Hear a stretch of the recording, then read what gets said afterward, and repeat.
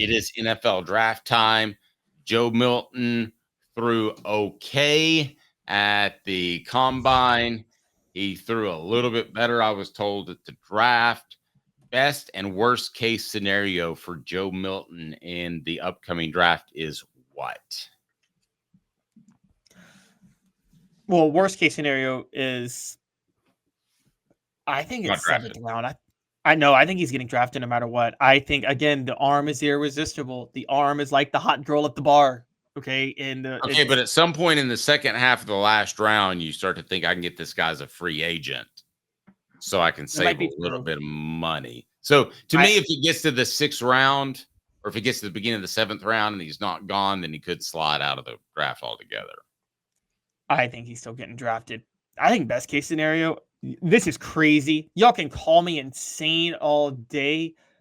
I think a team's going to be dumb enough to maybe be willing to spend a 3rd rounder on him. That's crazy. 3rd round pick on Joe Milton. NFL scouts can't resist big arms. Josh Heupel couldn't resist big arms. Joe Milton was the worst fit possible for his system, and Josh Heupel still couldn't. He's like, nope, I got to get that guy. They can't resist it. It is the toxic girl at the bar that you shouldn't go home with, but she's darn hot and she's drunk. Okay, so that is Joe Milton's arm, and they can see mountains of evidence over 40 years that a big arm doesn't do anything, but they will still take the plunge on the big arm because they can't resist it. That's just how NFL GMs and scouts work. All right. If he goes higher than the 6th round, I will be stunned. You can say that. Dave, you know there was an NFL team dumb enough to do it. Okay, if Dan Snyder was still the owner of Washington, he'd probably trade up for Milton because he's so dumb. But I'm just saying, you know there is a team dumb enough to do it. Okay, then I'll ask you this. We'll put the poll question up as this. It's on our YouTube page, so vote now. Joe Milton in the NFL draft, he'll go 1 to 3 rounds, 4 to 7 rounds, or not drafted at all. So that is up there now. We want to hear your vote on that and get your thoughts. And Caleb, with Joe Milton, I wonder how much this might help Tennessee to have a guy that has success at the NFL level when clearly he is limited. I mean, if you watch Joe Milton play, you know that he's slightly limited. But Travis says I'd put $100 on over under 5th round, and I'd take the under. I tend to agree with that, Travis, to be real honest with you. This is a player that teams are going to get excited about. How much does it help Tennessee, though, if he has success at the NFL level? Y'all, this is going to be the craziest thing I've ever said, but I don't think you want him to have success at the next level if you're Tennessee. And it's not out of If Joe Milton has success at the next level, the first thing quarterbacks, recruits, and people and coaches are going to, and everybody across the board is going to see that's a high school recruit is, why did he succeed there but not succeed under Josh Heupel? And that can kill a coach's credibility. Guys, I'm just going to give you a quick story. Patrick Mahomes, the year he threw for 50 touchdowns, his first year starting as a rookie in 2018, that year, the year he won MVP, that year's the year Texas Tech fired Cliff Kingsbury. They fired Cliff Kingsbury because they said, he just did this his first year and you couldn't win more than 7 games in 4 years with him as your quarterback? That's what happened. So I'm telling you right now, if Joe Milton were to ball out in the NFL, which don't worry, he's not going to, but if he were, then everybody would start asking questions about Josh Heupel and if his system is really that quarterback friendly. And that's the last thing you want. Now, right now, if Joe Milton, you don't have to hope he flames out. My prediction for Joe Milton is this. He's going to have it. His arm is so irresistible. He's going to stay on a roster for 5 years and have NFL money in his pocket.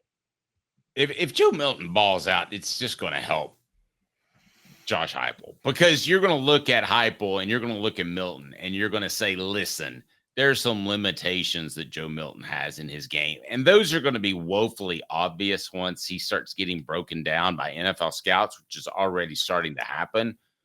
But no, I think that Josh Heupel clearly benefits from Joe Milton having success. Portions of the program brought to you by Sports Treasures, carrying over 5 million sports treasures and so much more. Follow on Facebook for the best sports memorabilia, daily updates, Sports Treasures TN, Sports Treasures TN, and you can join Hooker's Corner. That's right. You can be a part of the crew. All you have to do, as we put it in the message board link, is sign up right there, just $9.98 a month, and you get fantastic coverage of Tennessee athletics.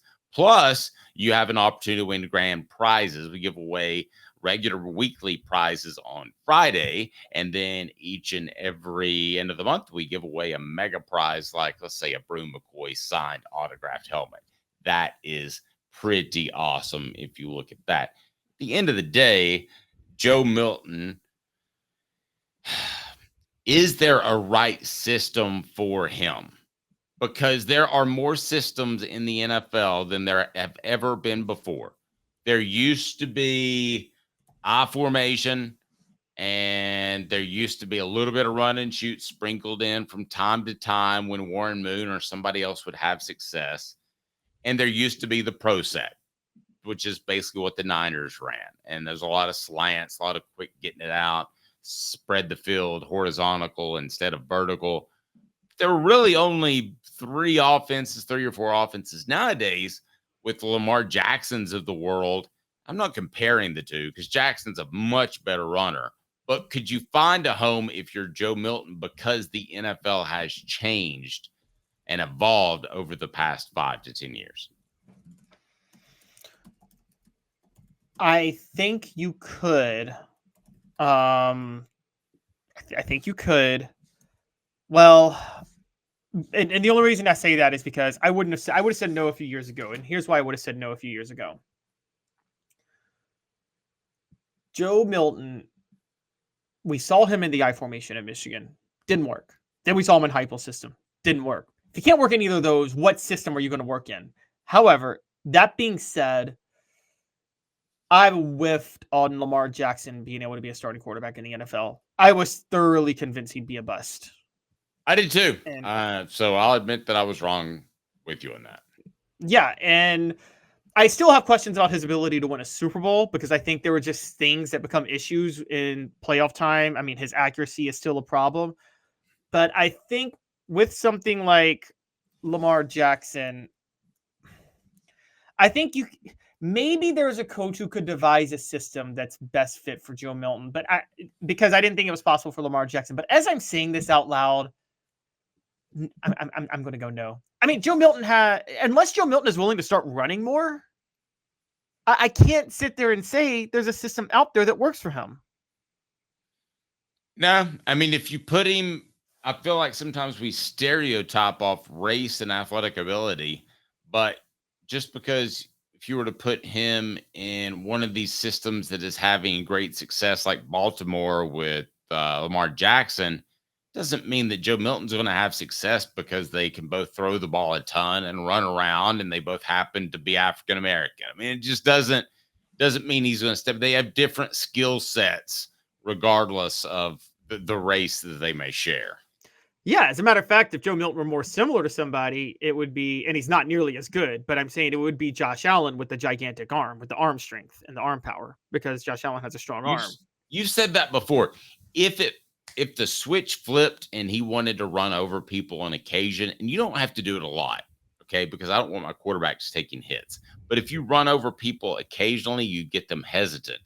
You said that before about Josh Allen. If he could just get it in his mindset to go out there and be physical and run people over from time to time, I think it would really help his game go. Oh, it absolutely would. I'm not saying he would have lasted long-term in the NFL. I'm not saying that 2011 Tebow Magic year would have worked long-term. But you remember one of the things that helped Tebow Mania with that Denver year? Remember all that, the coverage of it? Yes. I think a big part of that was Tebow was one of the few NFL quarterbacks willing to truck people when he ran, remember? And a lot of players hesitated on that. And I think that's exactly how Denver got the rushing offense it needed. Now, I think you and I both agree a defensive coordinator would figure that out by 2012. Well, you would like to think so. I mean, it's NFL takes a year. If you are coaching in the SEC and it's the 90s, it takes 7 years to figure out Steve Spurrier's offense. Isn't that how long it took? About 7 years. Yeah. I don't know how it only. I still don't know that it's figured out. To be honest with you, if you get the right wide receivers and the right quarterback to make the reads, I don't know that it's figured out.